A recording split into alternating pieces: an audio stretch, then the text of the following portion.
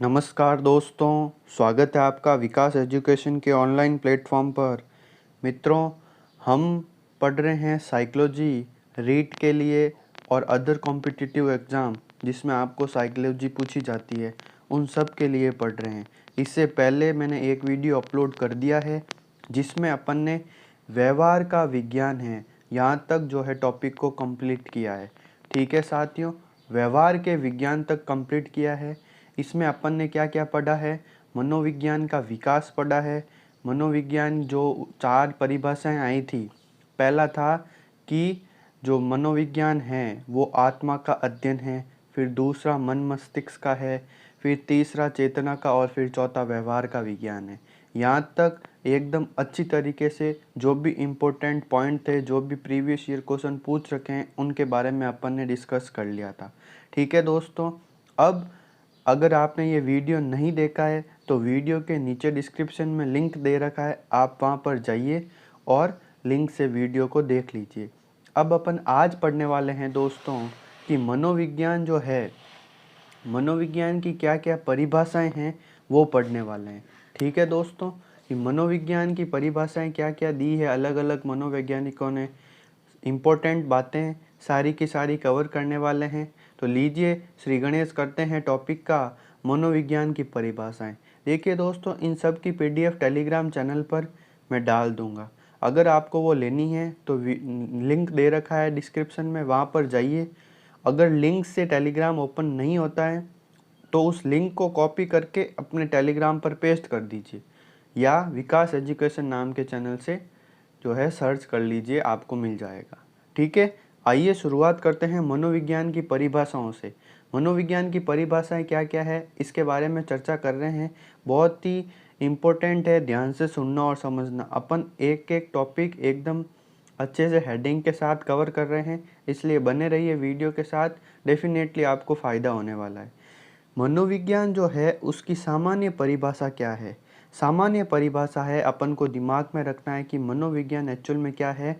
मनोविज्ञान व्यक्ति के व्यवहार व अनुभव का वैज्ञानिक अध्ययन है। जो भी व्यक्ति का व्यवहार है और व्यक्ति का अनुभव है, उसका वैज्ञानिक अध्ययन करना ही क्या है? मनोविज्ञान है। इस वीडियो का उद्देश्य यही है दोस्तों, जो भी अपन पढ़ेंगे वो इसी वीडियो में याद करके जाएंगे। ठीक है, अब देखो, मनोविज्ञान के बारे में अलग अलग मनोवैज्ञानिक आए और इन्होंने अपनी अपनी परिभाषाएं दी। क्वेश्चन सीधा पूछ लिया जाता है, सीधी ये परिभाषा देके पूछते हैं कि यह जो है कथन किसका है, यह परिभाषा किसकी है, और ऐसे 4 ऑप्शन दे देंगे, तो आपको पता होना चाहिए। ठीक है दोस्तों, देखिए क्रो एंड क्रो क्या बोलते हैं। क्रो एंड क्रो मनोविज्ञान के बारे में बोलते हैं कि मनोविज्ञान मानव व्यवहार तथा मानव संबंधों का अध्ययन है। क्या है? क्रो एंड क्रो बोलते हैं कि मानव व्यवहार तथा मानव संबंधों का अध्ययन है, वही क्या है? मनोविज्ञान है। ठीक है, क्लियर है ना? फिर बात करते हैं अपन वॉटसन की।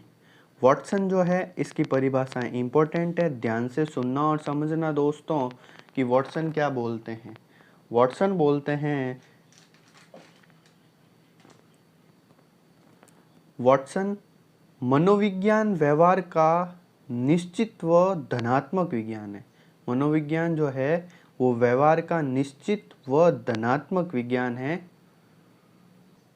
वॉटसन बोलते हैं दोस्तों कि मनोविज्ञान व्यवहार का निश्चित व धनात्मक विज्ञान है। ठीक है, और मनोविज्ञान व्यवहार का शुद्ध विज्ञान है।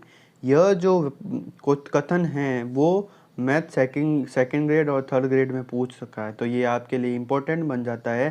सीधा सा कथन दिया हुआ था कि मनोविज्ञान व्यवहार का शुद्ध विज्ञान है। यह किसने कहा? Watson, Woodward, boring and Skinner. तो आपको क्या आंसर करना है? वॉटसन करना है। तो वॉटसन के बारे में 2 बातें ध्यान में रखनी है। क्या बातें ध्यान में रखनी है? कि मनोविज्ञान व्यवहार का निश्चित व धनात्मक विज्ञान है और मनोविज्ञान व्यवहार का शुद्ध विज्ञान है।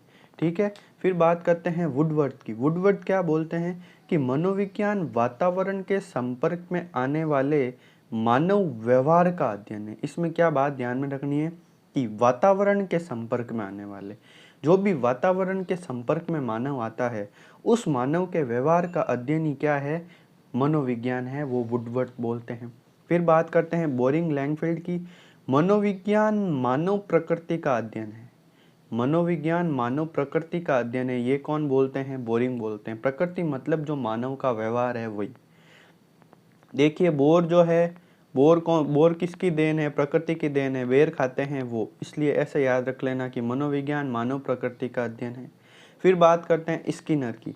स्किनर मनोविज्ञान व्यवहार एवं अनुभव का विज्ञान है जो जीवन की सभी परिस्थितियों में प्राणी की क्रियाओं का अध्ययन करता है।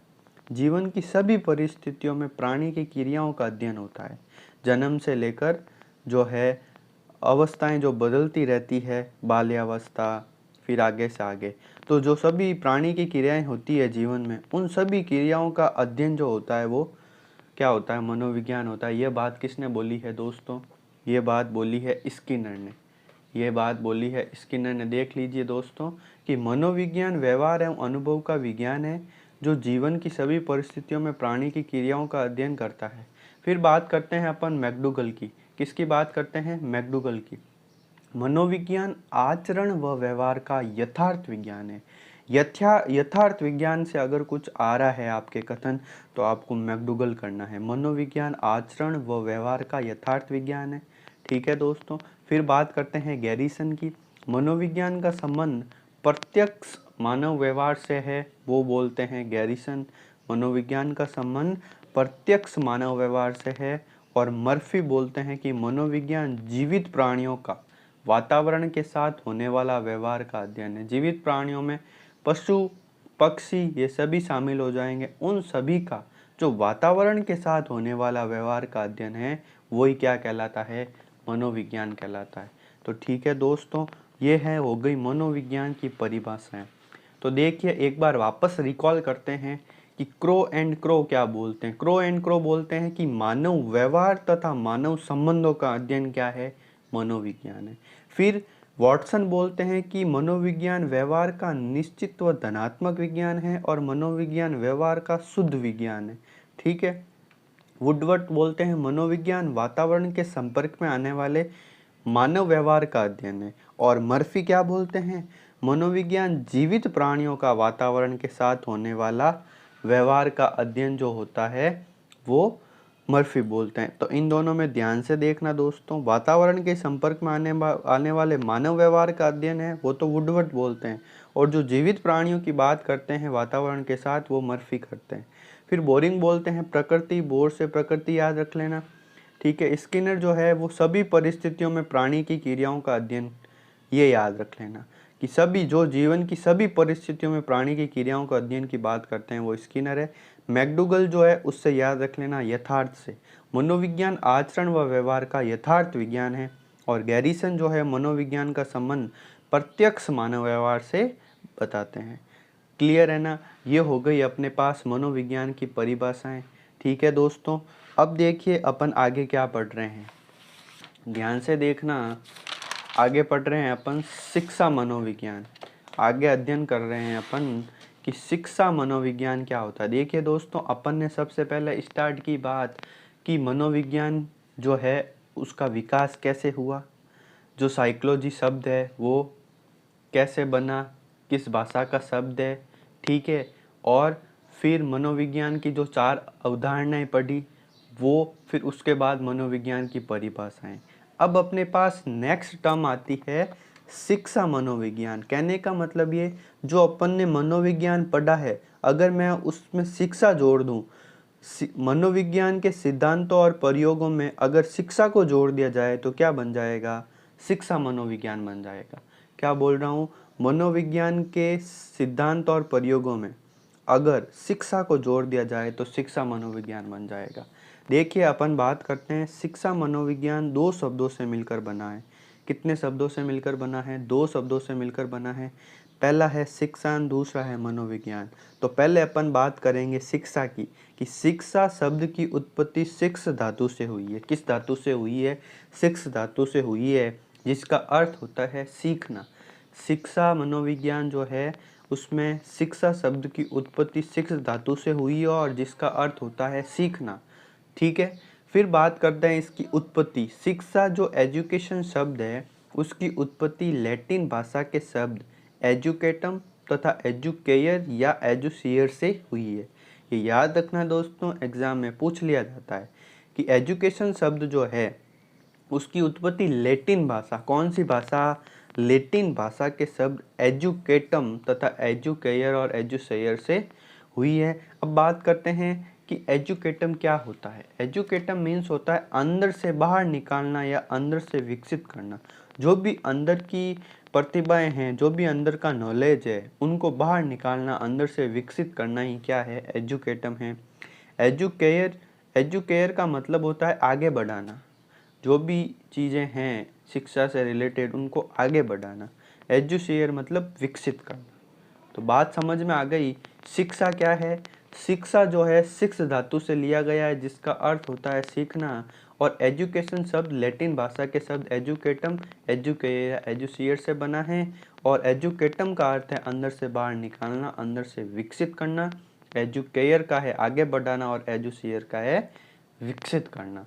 अब देखिए दोस्तों, शिक्षा के प्रकार। शिक्षा 3 प्रकार की होती है। एक तो औपचारिक शिक्षा होती है, एक अनौपचारिक शिक्षा होती है, फिर बात करते हैं अपन निरौपचारिक शिक्षा की। ये होती हैं 3 प्रकार की शिक्षाएं। औपचारिक शिक्षा फॉर्मल जो है, यह शिक्षा निर्धारित समय और निर्धारित स्थान पर दी जाती है। औपचारिक क्या है कि एक तो समय निर्धारित होगा और स्थान निर्धारित होगा, वो होगी औपचारिक शिक्षा। जैसे विद्यालय है, विद्यालय में जाते हैं, समय पर जो भी निर्धारित है कि इतने समय पर जाना है, इतने समय पर वापस आना है, और स्थान भी निर्धारित है। ठीक है, तो ये हो गई औपचारिक शिक्षा। अनौपचारिक शिक्षा, इस शिक्षा में समय व स्थान निर्धारित नहीं होते हैं। जैसे परिवार, परिवार में किसी भी समय जो है माता पिता जो है बच्चे को किसी प्रकार का नॉलेज देते हैं, उसमें समय कोई निश्चित नहीं है। ठीक है, स्थान है तो परिवार में बहुत सारी फैमिलीज होती है, आज यहाँ नॉलेज दे दिया बच्चों को कहीं और, तो इस प्रकार से इसमें स्थान और समय निर्धारित नहीं होता है। ये अनौपचारिक शिक्षा ही होती है। ठीक है, फिर बात करते हैं निरौपचारिक शिक्षा की। निरौपचारिक शिक्षा है, उसमें टीवी है, समाचार है, पत्राचार है, उन सभी से जो शिक्षा प्राप्त होती है वो होती है निरौपचारिक शिक्षा। ठीक है दोस्तों, तो ये शिक्षा के बारे में अपन ने अध्ययन किया है कि शिक्षा मनोविज्ञान में जो शिक्षा शब्द जुड़ा है, शिक्षा मनोविज्ञान में जो शिक्षा शब्द जुड़ा है उसका तात्पर्य क्या है। वेरी सिंपल है, आपने ये देख लिया। शिक्षा 3 प्रकार की होती है। ठीक है, औपचारिक, अनौपचारिक और निरौपचारिक। अब बात करते हैं दोस्तों आगे। अब बात करते हैं कि शिक्षा मनोविज्ञान जो है उसमें अपन ने शिक्षा को डिस्कस कर लिया है। तो शिक्षा को डिस्कस किया है तो शिक्षा के बारे में मनोविज्ञानी क्या क्या बोलते हैं उसके बारे में चर्चा कर रहे हैं। देखिए, सबसे पहले अपन ने पढ़ा मनोविज्ञान, उस मनोविज्ञान की परिभाषाएं अपन ने देख ली। फिर पढ़ा शिक्षा मनोविज्ञान में शिक्षा। अब शिक्षा की परिभाषाएं देख रहे हैं। ठीक है, सबसे पहले प्लेटो जो थे उन्होंने बोला कि शिक्षा व्यक्ति में शारीरिक, मानसिक व बौद्धिक परिवर्तन लाता है। तीनों प्रकार के परिवर्तन की बात कौन करता है? प्लेटो करता है। ये आपको याद रखना है कि शिक्षा व्यक्ति में शारीरिक, मानसिक व बौद्धिक परिवर्तन लाती है। इन तीनों प्रकार के जो परिवर्तन की बात कौन करता है? प्लेटो करता है। इस प्रकार से ध्यान रखना है। फिर बात करते हैं क्रो एंड क्रो की। शिक्षा व्यक्तिकरण व समाजीकरण की प्रक्रिया है जो व्यक्ति की व्यक्तिगत उन्नति एवं समाज की उपयोगिता को बढ़ावा देती है। अगर व्यक्ति के पास शिक्षा है तो वो उसकी व्यक्तिगत उन्नति भी होगी और उसके साथ साथ जो भी वो समाज से जुड़ा है तो उस समाज की उपयोगिता को भी बढ़ावा मिलेगा। ठीक है ना, तो क्रो एंड क्रो ये बोलते हैं कि जो व्यक्ति की व्यक्तिगत उन्नतियाँ और समाज की उपयोगिता को बढ़ावा देती है, शिक्षा व्यक्तिकरण व समाजीकरण की प्रक्रिया है। ठीक है, व्यक्तिकरण व्यक्ति से रिलेटेड, समाजीकरण जो है समाज से रिलेटेड है, मतलब व्यक्ति का खुद का भी उन्नति होगी और समाज का भी उन्नति होगी। ठीक है दोस्तों, ये बोलते हैं क्रो एंड क्रो। फिर बात कर रहे हैं अपन अरस्तु की। शिक्षा का कार्य स्वस्थ शरीर में स्वस्थ मस्तिष्क का निर्माण ही क्या है? शिक्षा है। अरस्तु क्या बोलते हैं कि जो शिक्षा है वो स्वस्थ शरीर में स्वस्थ मस्तिष्क का निर्माण करती है। वो किसने बोला? अरस्तु ने बोला। फिर बात करते हैं स्वामी विवेकानंद जी की। स्वामी विवेकानंद जी जो है शिक्षा के बारे में क्या मत देते हैं कि मनुष्य में अंतर्निहित पूर्णता की अभिव्यक्ति ही शिक्षा है। ये जो है परिभाषा पूछ रखी है टैट में।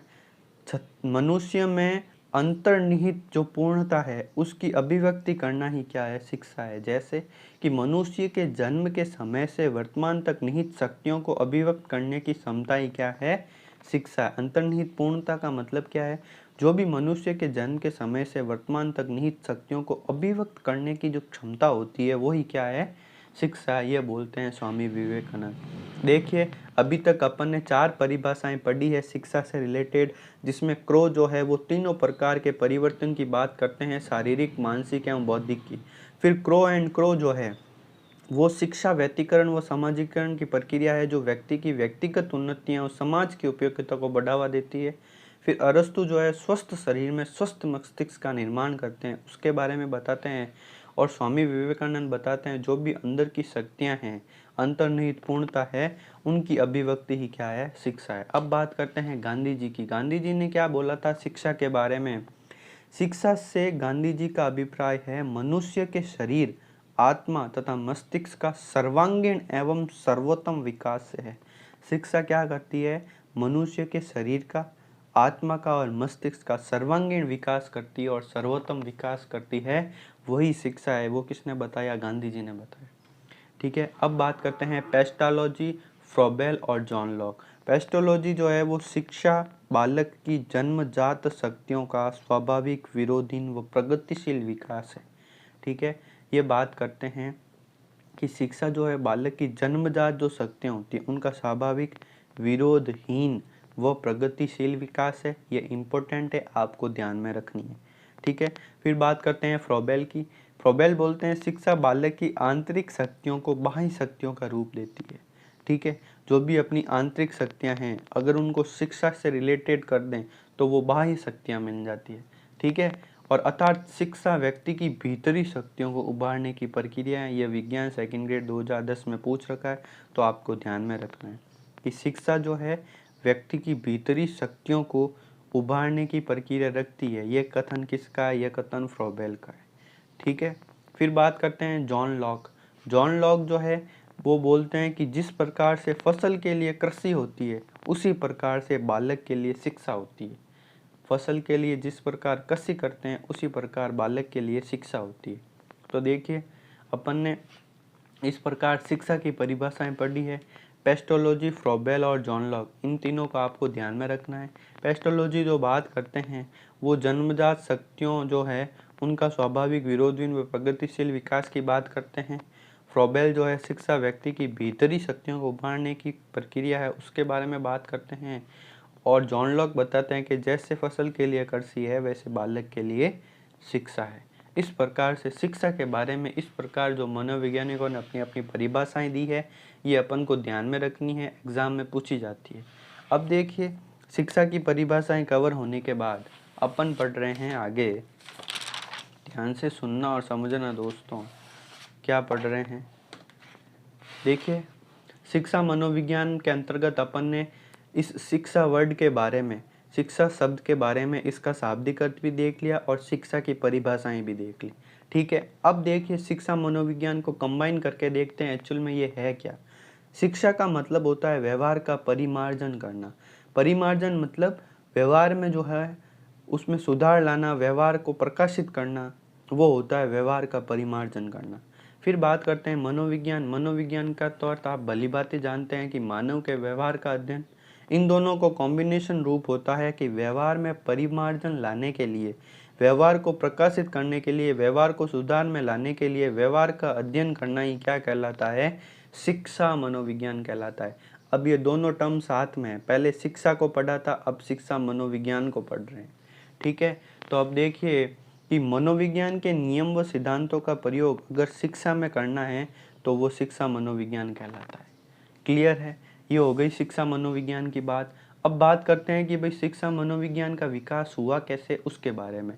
कि शिक्षा मनोविज्ञान की उत्पत्ति यूरोप में पेस्ट्रला, हर्बर्ट और फ्रोबेल के कार्यों से हुई, जिन्होंने शिक्षा को मनोवैज्ञानिक बनाने का प्रयास किया। ठीक है, अब देखिए इंपॉर्टेंट बात यह है कि अमेरिकी विद्वान थे थॉर्नडाइक।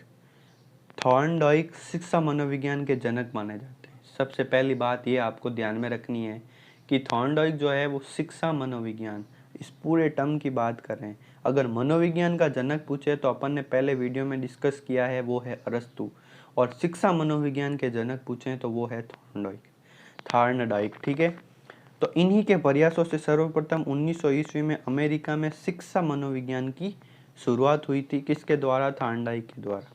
फिर देखिए दोस्तों, कॉलसैनिक जो हुए हैं मनोवैज्ञानिक, वो बोलते हैं कि मनोविज्ञान और शिक्षा के सर्वप्रथम व्यवस्थित सिद्धांतों में एक सिद्धांत प्लेटो का भी था। कॉलसैनिक मानते हैं कि जो शिक्षा मनोविज्ञान के बारे में सबसे पहले जो है वो प्लेटो का मत है, कि ये सबसे पहले प्लेटो ने बताया था।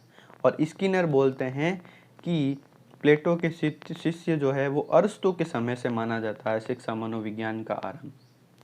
कॉलसैनिक बोलते हैं कि शिक्षा मनोविज्ञान जो है उसका आरंभ प्लेटो से है, और स्किनर बोलते हैं कि शिक्षा मनोविज्ञान का प्रारंभ जो है वो अरस्तु से है। ये आपको ध्यान रखना है, पूछ लिया जाता है कि कॉलसैनिक के अनुसार शिक्षा मनोविज्ञान का प्रारंभ किस मनोवैज्ञानिक से मानते हैं? वो प्लेटो से मानते हैं, और स्किनर जो है वो अरस्तु से मानते हैं।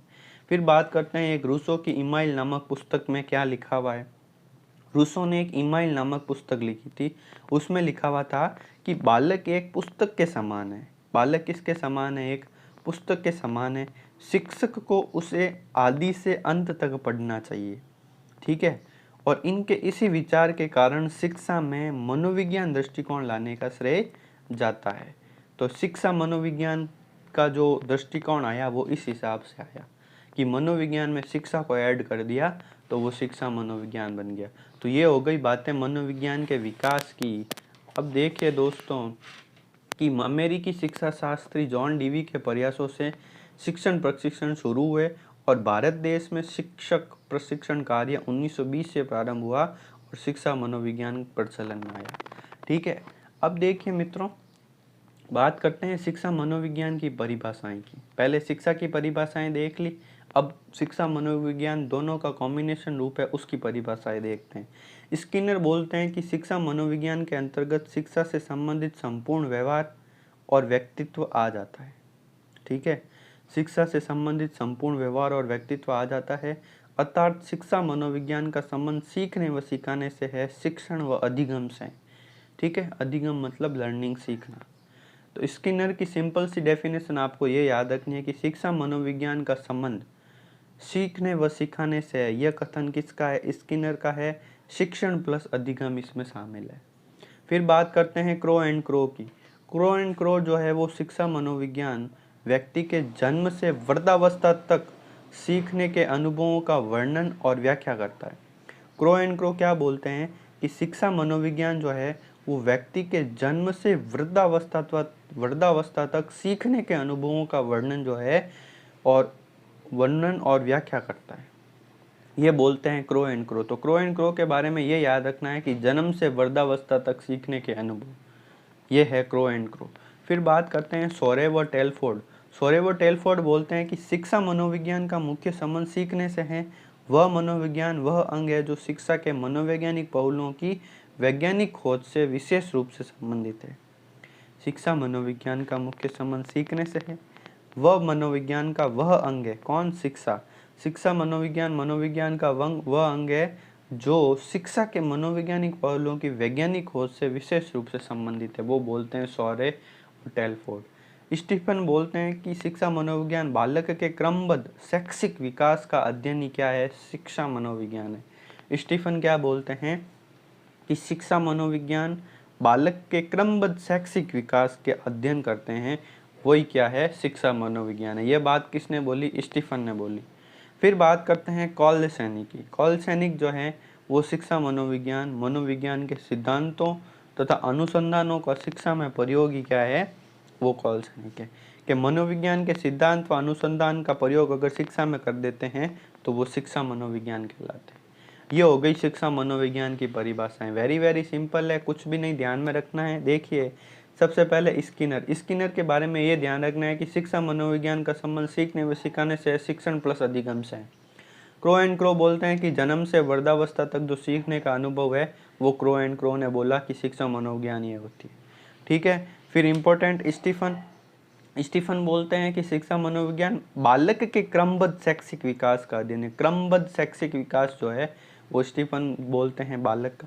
फिर बोलते हैं कॉलसैनिक मनोविज्ञान के सिद्धांतों व अनुसंधानों को शिक्षा में प्रयोग कर लेते हैं, तो वो हो जाता है शिक्षा मनोविज्ञान, ये कॉलसैनिक बोलते हैं। तो ये हो गई दोस्तों शिक्षा मनोविज्ञान की परिभाषाएं। किसकी हो गई? शिक्षा मनोविज्ञान की परिभाषाएं हो गई। देखिए दोस्तों, अगर आपको वीडियो अच्छा लग रहा है, अगर आपका नॉलेज गेन हो रहा है, तो प्लीज़ चैनल को सब्सक्राइब ज़रूर कर दें और अपने मित्रों के साथ शेयर ज़रूर कर दें। ये सारे नोट्स मैं आपको किसी भी माध्यम से अपलोड करूं, चाहे इंस्टाग्राम से आप फॉलो करके देख सकते हो, मैं पोस्ट कर देता हूं फ़ोटो से, तो आप उससे नोट कर लीजिए, ठीक है।